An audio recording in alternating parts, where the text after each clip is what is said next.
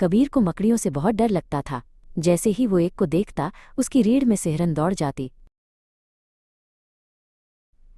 एक दिन कबीर अपनी खिड़की के पास पड़ रहा था जब उसने एक छोटी सी मकड़ी को देखा। वो धीरे धीरे एक कोने में अपना जाला बुन रही थी। कबीर का दिल तेजी से धड़कने लगा। वो उठकर कमरे से बाहर भागना चाहता था, लेकिन उसने खुद को रोक लिया। ये बहुत छोटी है, उसने सोचा। उसने मकड़ी को धागा नाम दिया। धागा बहुत व्यस्त थी। वो एक सुंदर चमकदार जाला बना रही थी, एक धागा दूसरे से जोड़कर। कबीर ने धागा को कई दिनों तक देखा। उसने देखा कि कैसे वो मक्खियों और मच्छरों को पकड़ती थी, जिससे कबीर के कमरे में वे कम हो गए। एक शाम एक बड़ा मच्छर कमरे में घुस गया। कबीर उसे भगाने की कोशिश कर रहा था, लेकिन वो बहुत तेज था। अचानक मच्छर धागा के जाले में फंस गया। धागा तेजी से बाहर निकली और मच्छर को अपने जाले में लपेट लिया। कबीर ने देखा और मुस्कुराया।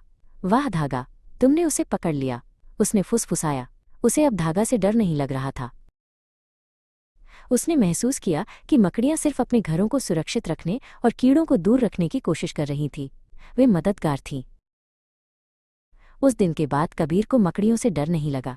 वो जानता था कि वे छोटे मेहनती जीव थे जो दुनिया को थोड़ा बेहतर बनाते थे। रिया और बुनी। रिया को मकड़ियों से बहुत डर लगता था। छोटी सी मकड़ी भी उसे किसी राक्षस जैसी लगती थी। वो हमेशा उनसे दूर रहती थी।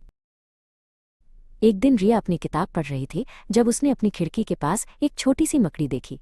मकड़ी बहुत छोटी थी, लेकिन रिया का दिल जोर से धड़कने लगा।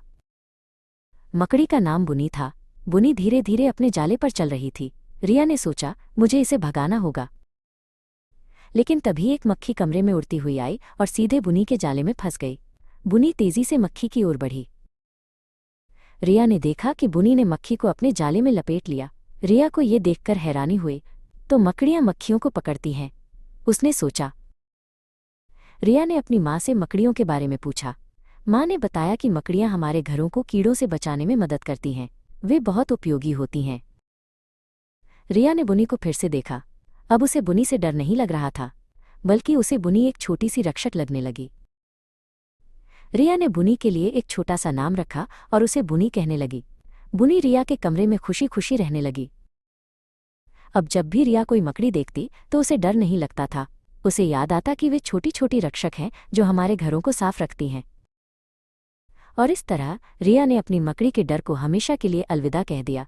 उसने सीखा कि कभी कभी जो चीज़ें डरावनी लगती हैं वे वास्तव में बहुत अच्छी हो सकती हैं।